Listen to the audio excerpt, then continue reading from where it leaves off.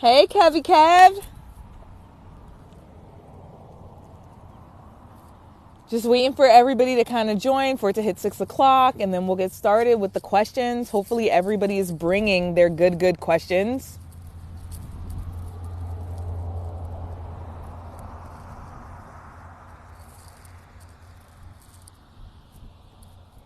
I see some people are jumping on. Hey guys, how are you? Hopefully everybody's doing good on this Friday, almost evening. What is that, pre-evening?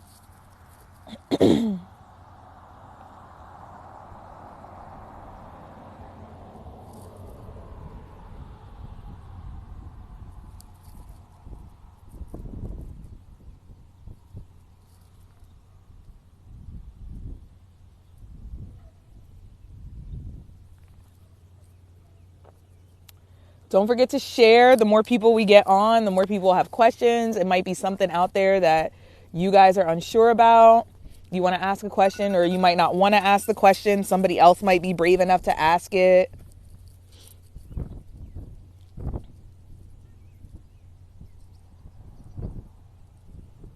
Hey, I see we got some other people joining on. Hi guys, how are you?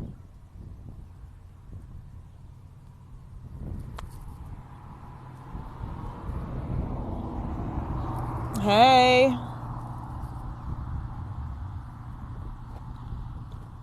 So we're going to be starting in just a few minutes. I hope you guys have some really great real estate questions. I'm excited to answer for everybody. Really give you guys some good information that most people would charge for. I am not gatekeeping tonight. Elle, thank you for sharing. I hope you're ready with your questions.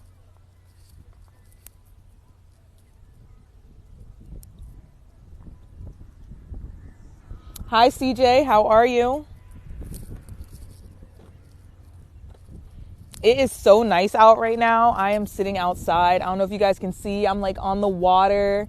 It is definitely beautiful here. Well, it's not beautiful. It's kind of gloomy, like it's about to rain. I'm hoping it holds off until, the live is over, but we'll see.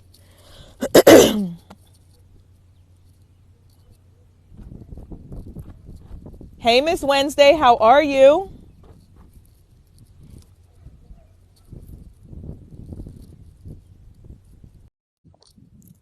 I don't know if there's anybody out there. Hey, Andy, how are you? If anybody wants to jump and ask their question, let me know. I will send you the invite. Hi, Di. Hi, Miss Ashley. How are you doing? I'm great. How are you? Good. Thanks so much for jumping on. Of course. Thank you for having this. Thank you for hosting. I'm excited. I'm really hoping people brought a lot of questions. I know sometimes people are nervous to ask the questions. So I'm hoping people will jump in there, really take advantage of the free info I am about to impart on everybody. Oh, we are ready. Are you ready? Yeah, Andy and I are here. Oh, hey, Donnie. Hey, Andy. So,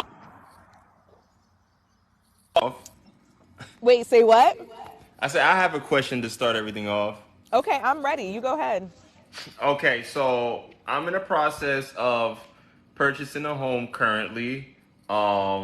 It's full renovation, so we're doing a FHA 203K loan. Nice. Um, my plan is to obviously continue to invest going forward, and I'm kind of already thinking already like a year in advance from now. And I already know that, okay, if I purchase another home this same way, or FHA or conventional, I will then have to put 10 or 20% down.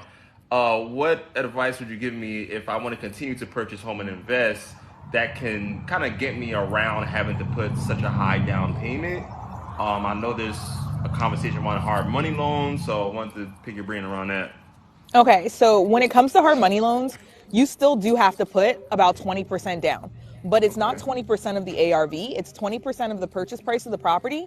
And then usually you can get funding for 100% of the renovation, which is really nice. Now, it depends on when you're looking to refi or when you're looking to do your next deal. You say you're looking kind of like a year out.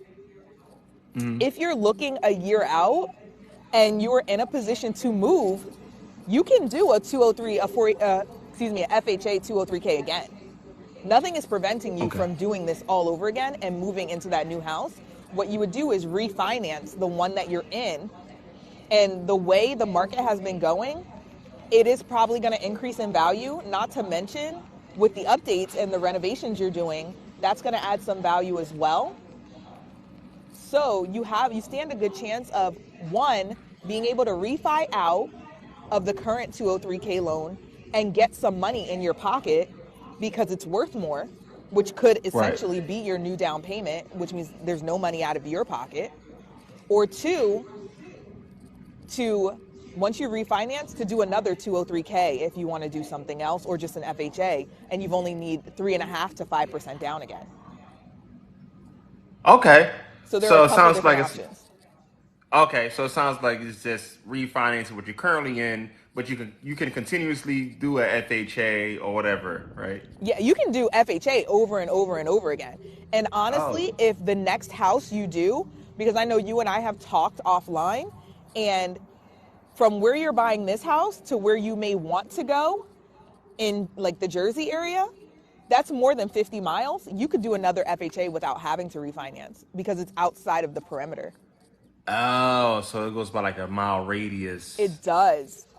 If you're Gotcha. willing to move and it's far enough away, FHA will grant you another FHA loan, Okay. That makes sense. right?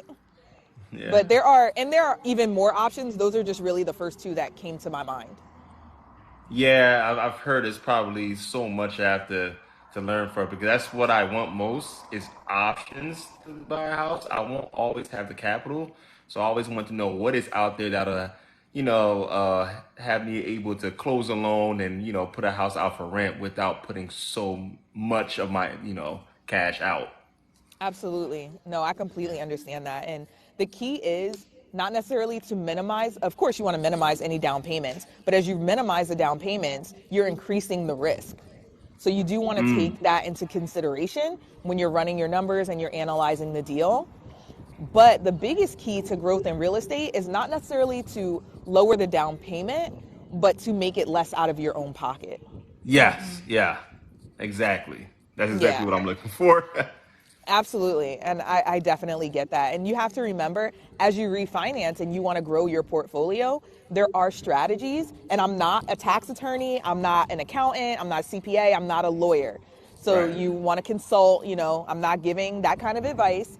But in my personal experience, as you start to refinance, you want to refinance them into your businesses, which makes your debt to income lower.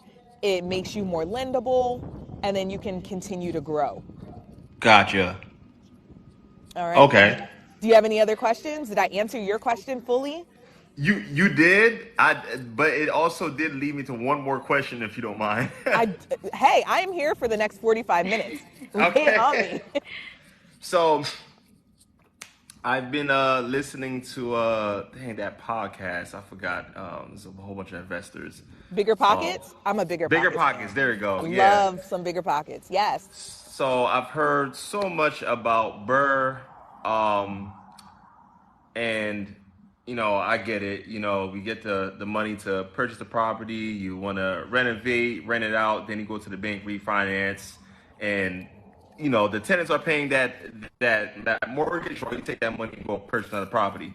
So my question is, how do most investors get that funding in the first place besides going to, and I guess it's kind of like, I don't want to sound repetitive, but is it what's a primary way investors get funding to purchase a property besides going to the normal, just going to a bank and getting a mortgage bank and all that stuff?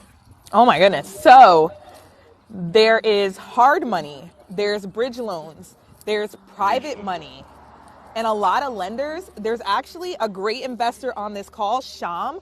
If you see him, I'm going to pin him. He is amazing at networking, and he has networked with so many people that he has, he's starting to build his, I want to say Rolodex. I'm aging myself because nobody has a Rolodex anymore, but his Rolodex of private money. So as you start to grow in the business and you establish a name for yourself, there are people who are not getting the returns they want, either in the stock market or, interest in the bank, and they will loan you money at a decent interest rate. There's also what we call the 3Fs in real estate: friends, family, and fools. Sometimes they'll give you money. There's also another investor on the call, Kev. He has a great network of hard money lenders, and he'll fund deals with hard money. Then you have me. I am a little less, I don't want to say less traditional, but I'm a little more risk tolerant. So I have funded BRRRRs with a combination of credit cards. I have funded them with private loans. So like Lending Club or Best Egg, or even just a signature loan from a local credit union. Well, they'll give you $20,000, $30,000 over a 5-year span, and you can use that to purchase the deal. And whether you fund the rehab on credit cards or more private money, whatever you do, or you take hard money, because hard money lenders, if you already own the property, they will give you 100% of the money you need to rehab it. Oh, so I can purchase a property with my own money or loan, If you and want I to. could get 100% of the. Okay, I didn't know that. Yeah, so I'll give you a perfect example, and I'll give you numbers and everything. South Jersey, I bought a property, a triplex, a couple years ago. $17,500 was the negotiated price. Oh, wow. I went to lendingclub.com. I applied Lending for what? a loan. Lendingclub.com. I applied for a personal loan. They gave me about $19,000, which more than covered the purchase of the property and the closing costs. And then I used my credit cards to fund the rehab. I then went back and I was able to refinance out. Now, I will give you a caveat, and it's a learning lesson. I did not realize, based on the amount of credit I had available and the amount of usage I had, it really was detrimental to my credit score. So what you happened? had over 30% credit Oh utilization? yeah, way over 30%. Okay. More like 96%. Oh, wow. Okay. So you took a hit. So it tanked my credit score, a humongous hit. And before I did this deal, I did not account for my credit score dropping that low and what would happen as a result. As a result, it was very, very hard for me to find funding to get out of the deal. And I actually winded up hanging on to that deal, spread across my credit cards and a personal loan for about 1.5 years. And it was actually an investor on this call who found a lender for me. He's a great guy. He was able to find a lender that he was using, and he turned me on to them, which is why I talk about networking is so, so important, because your network, 100%, is your net worth. Who you know and what they're doing will help you and aid you in whatever you're doing. So I found a lender, and they refinanced me out of the deal, and it's been, great since. Is it something I would do again? Hell yeah, 100 times. Because even though my credit score took a hit and it prevented me from growing for a little bit, those growing pains helped me learn. It allowed me to focus on other things. And it also, it kind of built my resistance to hearing no. So I'm okay calling lenders. I know if one lender says no, there's another one that's going to tell me yes. I just have to make enough calls to find that other lender. And I'm okay with that. And it also allowed me to grow in other areas. Plus, that whole time, yes, it was very expensive money, but my tenants were paying it. I just didn't cash flow as much as I would have liked to. Right. Okay. All right. Yeah, this is good to know. Very great information. So you can definitely get out. There's different things you can do. And don't be afraid to do a combination. Right. For sure. So let me see if I missed any problems while I was on my tangent. I see a lot of people joined. How are you? How's everybody out there? Thank you for the compliment. Somebody told me I was pretty. That's always nice to hear.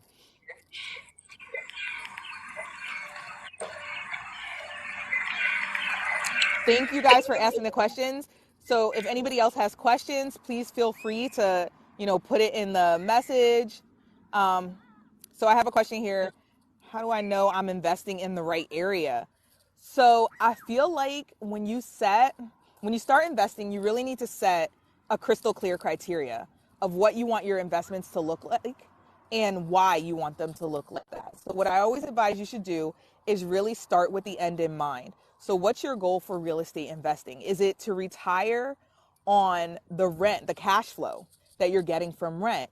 Is it to build wealth through, excuse me, build wealth through the increased value in the real estate? I'm at a loss for words right now, excuse me. So through appreciation, that's what I'm looking for. What is your ultimate goal? And then from there, once you decide what's important to you, then you know what areas you should invest in, because some areas are going to be cheap to buy, but give you really, really good cash flow because the rents are still just as high as anywhere else. But those houses may not appreciate in value to allow you to do things like cash out of them and get money back in your pocket. Then you'll have other areas where cash flow will be lower, but the value of the house will appreciate 10 times over, that you could buy a neighborhood somewhere else. So you really have to decide what's important to you. That's such an intricate question. It's really hard to answer on something like this. But I hope that information does help. Oh, thank you, Kev, for telling me. Appreciation. Yeah, that was definitely the word I was looking for. So hopefully I didn't miss any other questions. Who else has questions?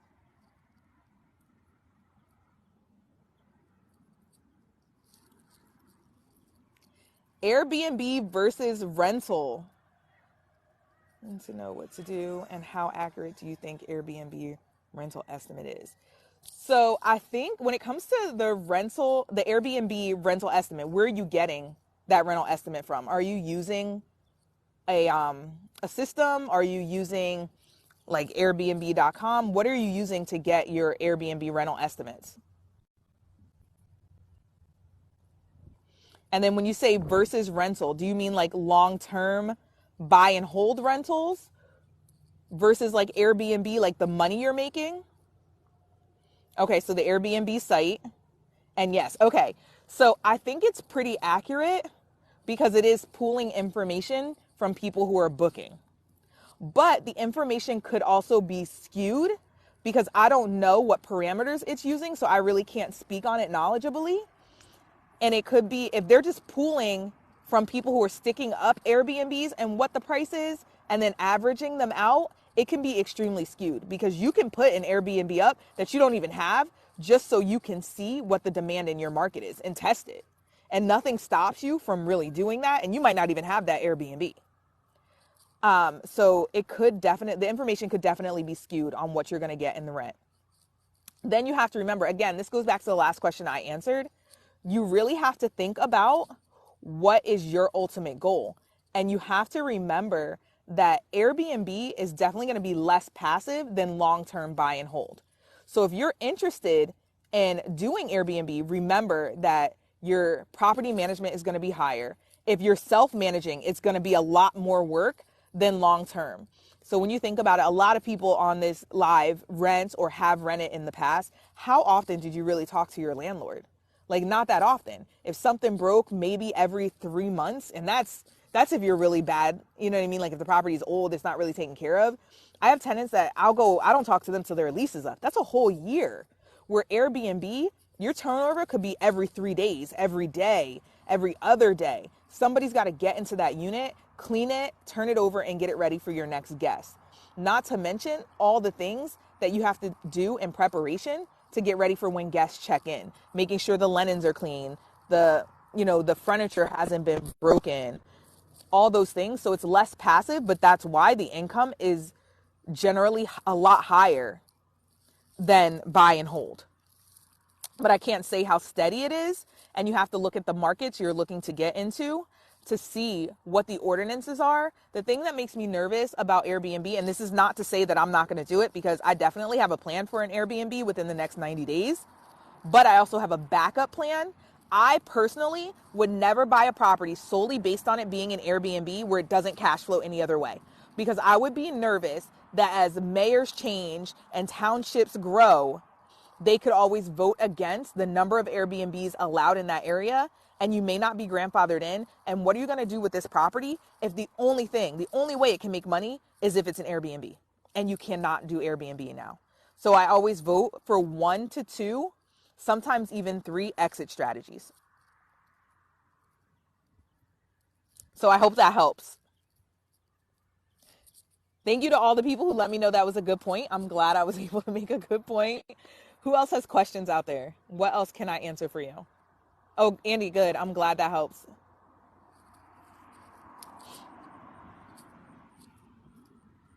So is anybody out here working on a deal currently that you want some advice on?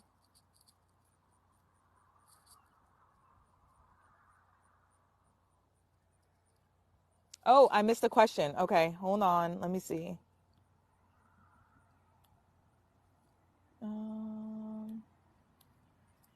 Oh, it's starting to rain where I am. So I'm going to go get in the car. And then I'm going to look for the question after I wipe my screen because it's all wet and it's not letting me scroll.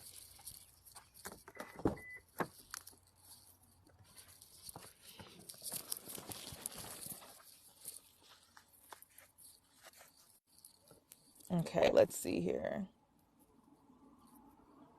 Oh, how do you find a good contractor and know you're not getting ripped off? This one is so hard. So here is my general rule when it comes to finding contractors. And this is when I tell you your network is so important. All my contractors that I've gotten that have been good to me and I have kept long term, I have found from other investors in my tribe. So as you start to grow in this business, you will meet other investors. You'll talk to good realtors.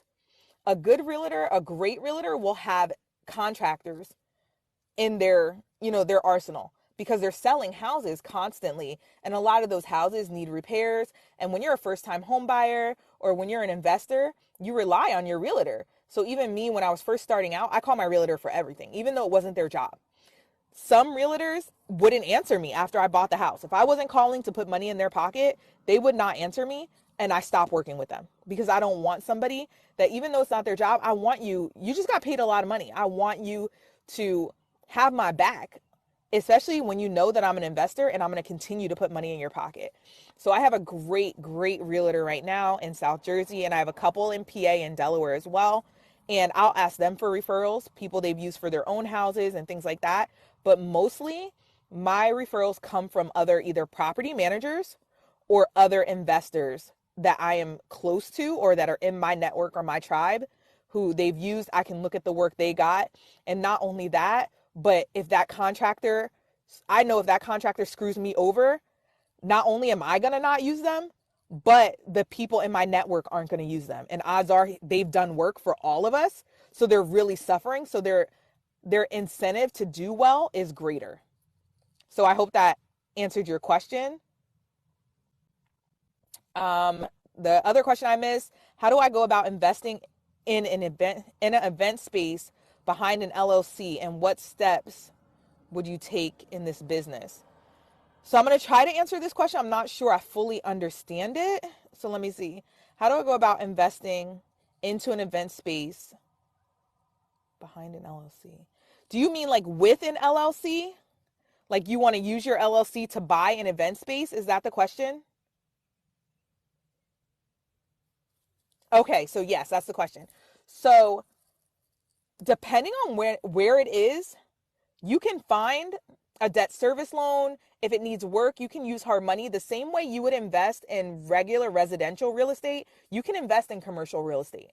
Now, where it gets a little tricky is depending on population density and location, it might be a little bit harder to find lenders who are comfortable investing in commercial in these areas. So most lenders, you all day, all night, you can find lenders that will give you money for residential because everybody needs some place to live and there's a housing shortage. So they're confident that should you default or should they have to sell the property or whatever, they can get their money back.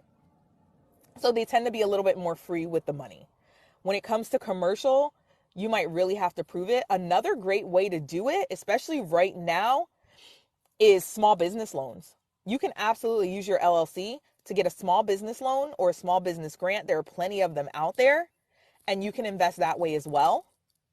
And then there's a couple other little tricks that'll take too long to go into on this. But I hope that at least like will get you started. And then the second part of the question is, what steps would I take in business in general, or in business trying to get this event space?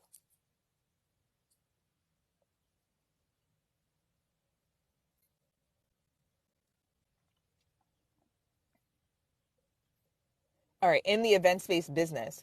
So the first thing I would do when it comes to an event space is, depending on where it is, I would look at other ones in that area, see what the market saturation is, so that I can really judge whether or not this is going to be lucrative for me in this area, or if I need to kind of put it somewhere else.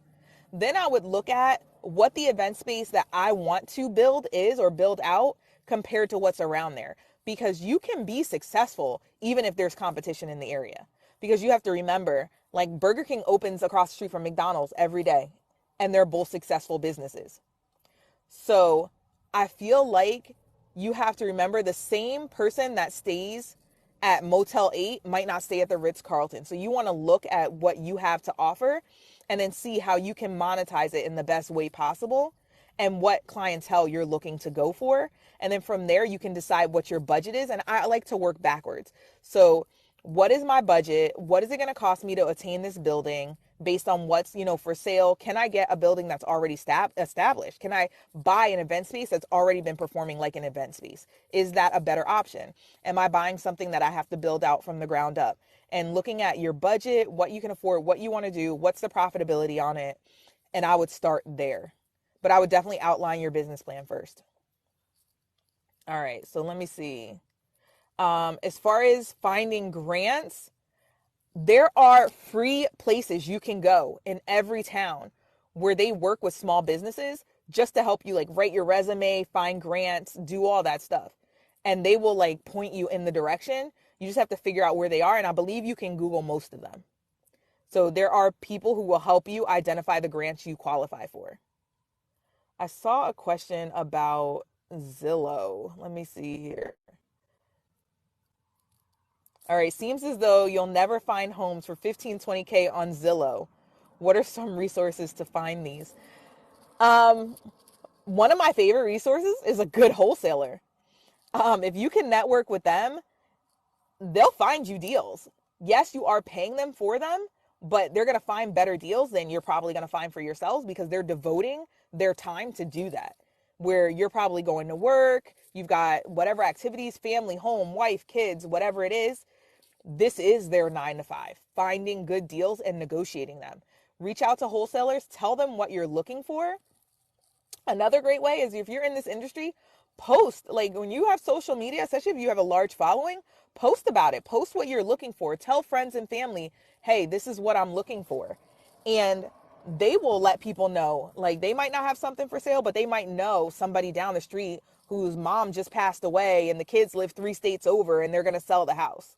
You never know what you're going to find. Also, online tools that I like Berkshire Hathaway.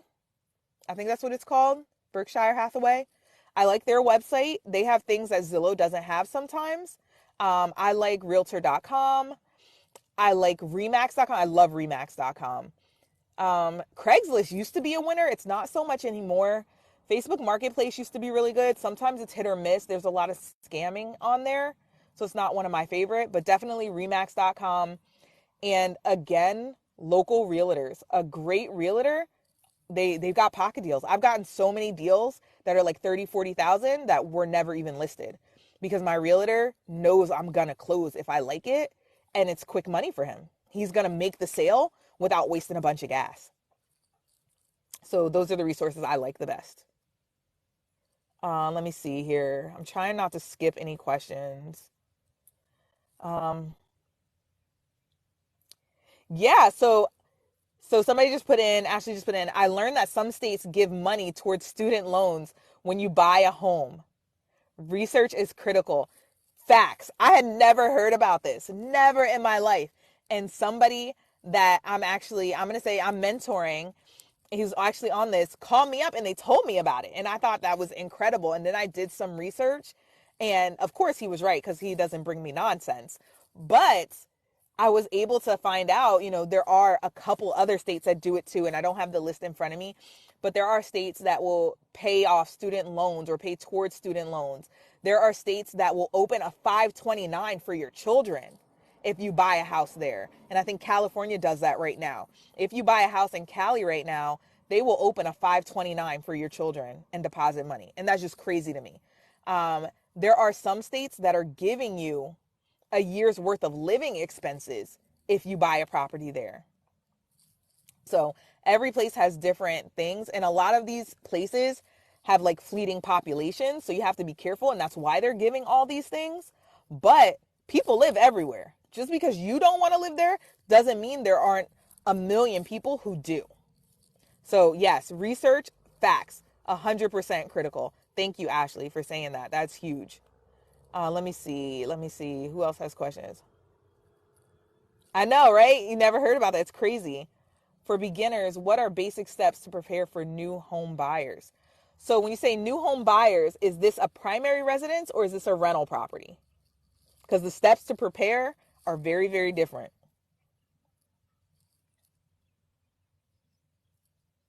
For a rental. So steps to prepare, things I would do, things I wish I had done when I was getting my first rental. Again, start with the end in mind. I would get my systems in place. How are you planning to collect rent?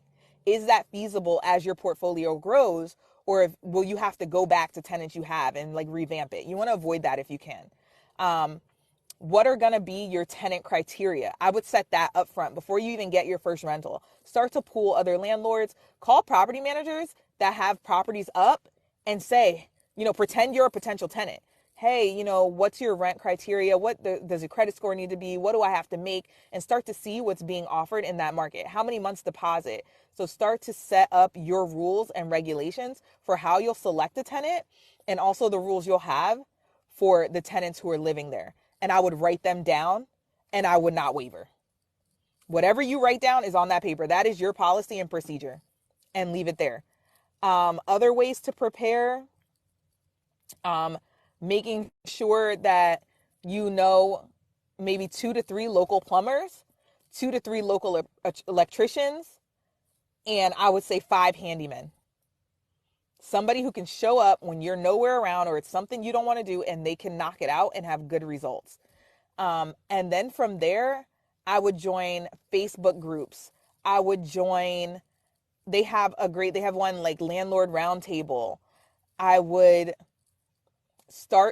have a separate Facebook page for my real estate because Facebook Marketplace still brings a lot of great tenants, but I don't want them connected to my personal page.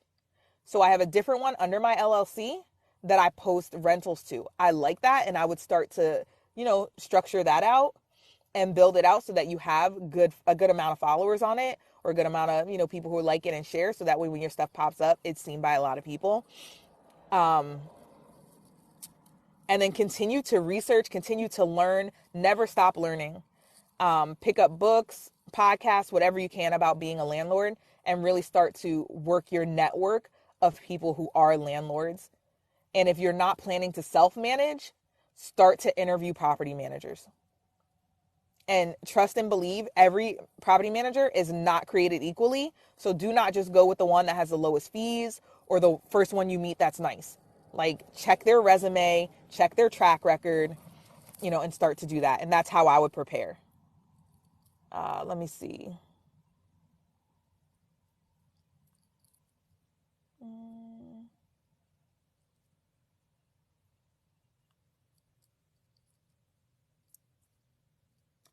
I think Tamago PA offers 2-year free trip to... Oh, wow. See? There's a lot of places that are offering crazy things when you buy properties there. And then as far as house hacking, so house hacking can mean so many things. House hacking can mean you live in the house, and let's say it's a 4-bedroom, 2-bath, and you rent out the other 3 rooms. House hacking could be buying a duplex and you live in one and they live on the other. So what I would do to prepare for a house hack in any form that I'm going to be living in personally is decide before you get your first tenant whether or not you want your tenants to know you own the property. And that is a choice you have to make. Because when something breaks and the landlord lives downstairs or upstairs or across the hall, it is a very different situation than when the landlord lives across town. You know, just like if you're not getting along with somebody, it is very different when they're constantly in your proximity. So decide if that's something emotionally, mentally that you can deal with, or if you're going to hire a property manager from the very beginning. And then as far as the fact that you're going to probably be living in the property, preparing for your own home, definitely this kind of goes, put some money aside. Things are going to break. It's just the nature of the beast. Like, it's like buying a used car. Nothing could have been wrong forever, and then a system goes down. So just make sure you have some money aside.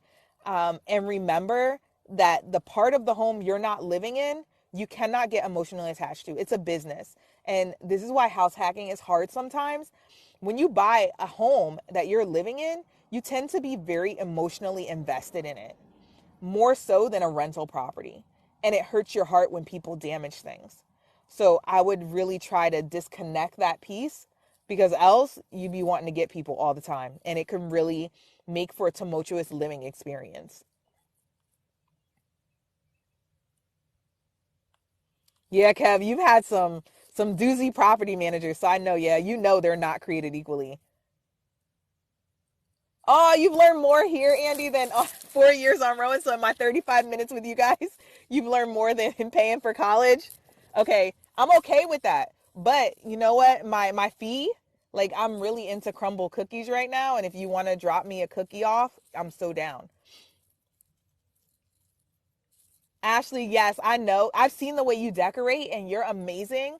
So I feel like it is going to be very hard for you to disconnect, but you have to. You have to, and you have to look at things like it's a business. So I know your situation a little bit. So be careful when it comes to improvements you make in this home. And remember, these improvements, this is still a business, even though you're going to live there. And we tend to, as people, improve our living spaces to a standard for us.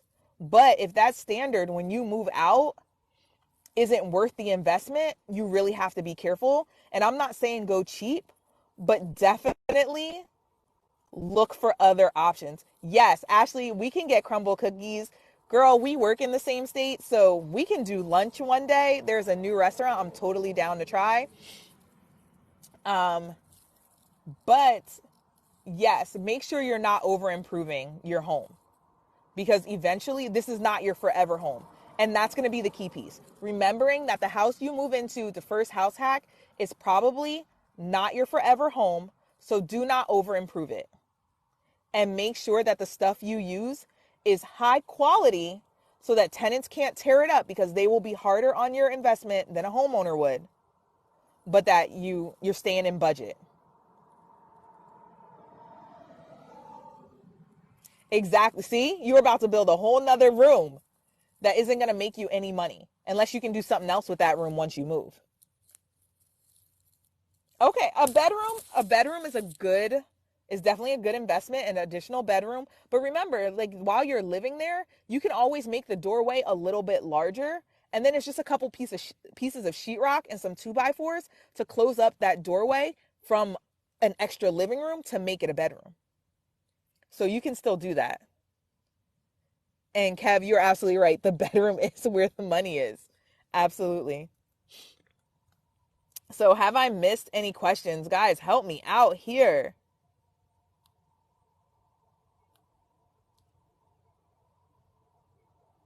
I think, and it looks like some of you are building some friendships or relationships on this live. So I love to see that. Don't forget, guys, I just launched the Facebook group. So don't forget, it is the females_investor tribe. Don't forget to join that. It'll be a great opportunity to network. I've added some of my lenders in there. So if you have funding questions, if you have real estate questions, and you're in the New Jersey, PA, Delaware area, they are great resources and they'll be on there and able to answer. So I'm really trying to build out this network and make sure there's a lot of investors in there. I've invited a lot of people to join this group. So I would say just with the couple people in my tribe that I've invited to join, there is over, and I'm going to age some of us, so forgive me. There's probably close to 60 years of real estate experience in that group.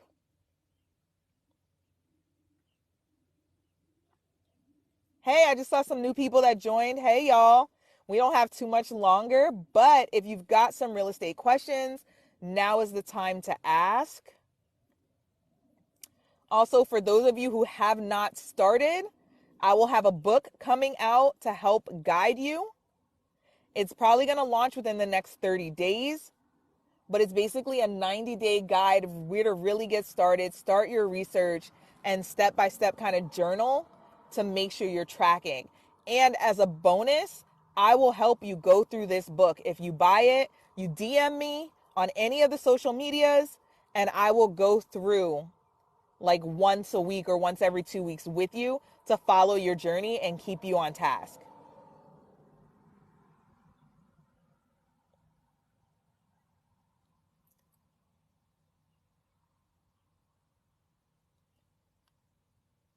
So have I missed any questions? Have I answered everybody's questions? Does anybody have more questions? I definitely want to thank everybody that's joined, everybody that follows me on social media, people who have reached out. The Facebook name. So if you look at most of my social media, it is females_invest. So the name of the Facebook group is the females_invest tribe.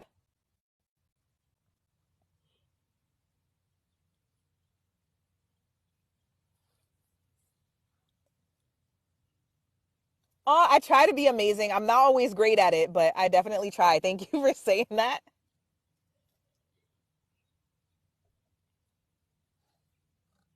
But I want to see everybody that's on here because most of you guys I've talked to, or I don't know everybody personally, but through DM, through telephone, whatever, I've talked to a lot of you. I want to see you guys be successful. I want to see you win. And I definitely want to see you guys skip over the mistakes I've made. And I want to give you this advice. I want to give you this knowledge. So anything I can do to help you guys, I'm here for you.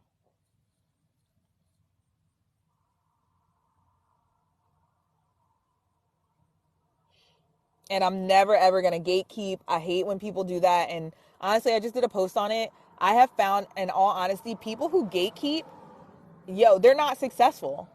They're not successful. And that's why they're gatekeeping. They're gatekeeping not necessarily because they're even gatekeeping. They don't know what they're talking about. They're posting and like, yes, Andy, like so many scammers. And that's really what it is. And I'm not going to call anybody out, but I have followed so many pages where I've thought to myself, wow, I'm going to reach out to this person. They know more than I do. And they'll be posting about stuff and I'm like, that's awesome. I'm going through that right now. And then they'll hit me up and they'll be like, hey, can you give me advice on getting my first deal? And I'm like, wait a minute. Wait a damn minute. So be careful, make sure if they're gatekeeping, they're not gatekeeping. They haven't been through it. And if I come into something like that, I'm going to tell you, hey, probably not the best person to answer it, but here's what it is. I had somebody reach out to me the other day to ask me something about lending, and it was a question I didn't know. So I was like, hey, reach out to this person. And they're like, I might use this lender, so I don't really want to. I was like, you know what? I got some free time later today. I'll hit them up. I won't mention you. I'll ask it as a general question. I'll let you know what they say. And can I do that all the time for everybody? No. But if I'm able to, I'm definitely going to do that. Oh, Kev, you're so welcome. I am so proud of your story. I can't wait. I think the next live, Kev, you have to get on and really share your story. And then I'm gonna put you on blast right now. So I was gonna partner with this investor and he turned me down. Can you believe that? I was gonna do a 50-50 partner when he was brand new, and I was gonna give him, all this knowledge up here, and he turned me down. But he is doing amazing now, and we've recovered from it. And it's a really, really funny story. So one day I'm going to invite him on, and I'm going to tell you guys the story. Go Giver, Sham, is actually on my reading list. I got it for either my birthday or Christmas because that's always what I ask, like my mother-in-law or people for when I'm not sure what I want. I ask them to get me a book that's on my list, and I cannot wait to read that one. It is definitely next up, and I hope the fact that I'm an example is a good thing, but I will wait to see. So I'm going to say thank you in advance for that compliment. Wait to hit Amazon till my books launch. I got some good ones coming out.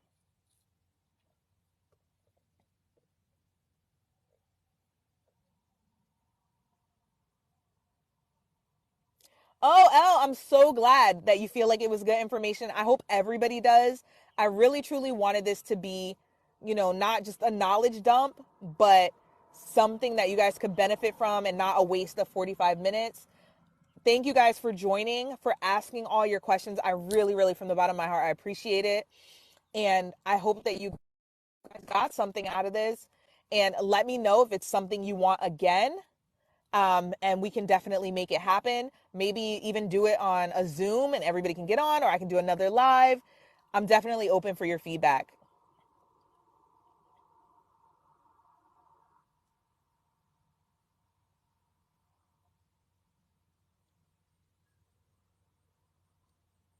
Thank you for the follow. And don't forget, my TikTok is still lacking in followers. I'm not mad if you follow me. And don't forget to share. Share is big. The more you guys share, the more I can get the message out there, the more stuff I'll do for free or for low cost. I'm going to do some classes coming up this fall. Definitely going to do some meetups, and I hope that the majority of you are close enough to come because I would love to meet and greet you guys in person or through Zoom.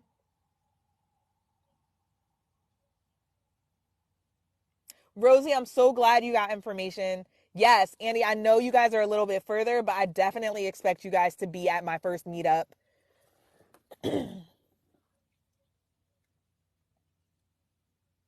I'll send out a poll before I schedule it to make sure I can get the maximum amount of people in the building, and we'll have a good time. Maybe I'll invite some lenders, a couple realtors, anybody in the industry who can help out, see what information they have, and then we'll just meet and greet and build our network.